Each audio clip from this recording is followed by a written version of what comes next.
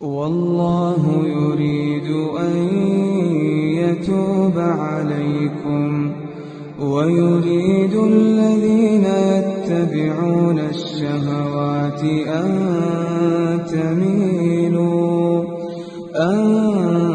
تميلوا ميلا عظيما. يريد الله أن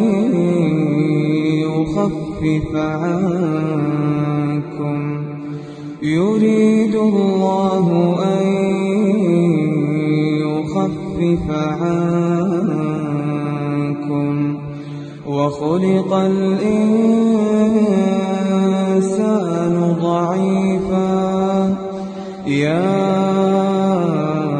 أيها الذين آمنوا لا تأكلوا أموالكم بينكم بالباطل إلا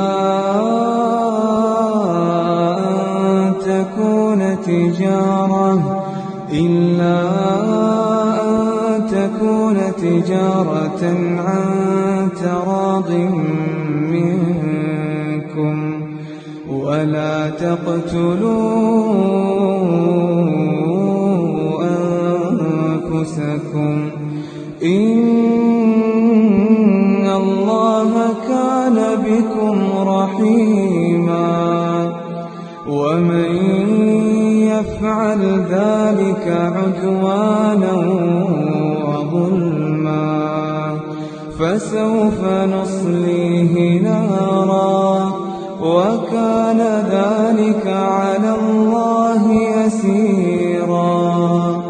إن تجتنبوا كبائر ما تنهون عنه نكفر عنكم سيئاتكم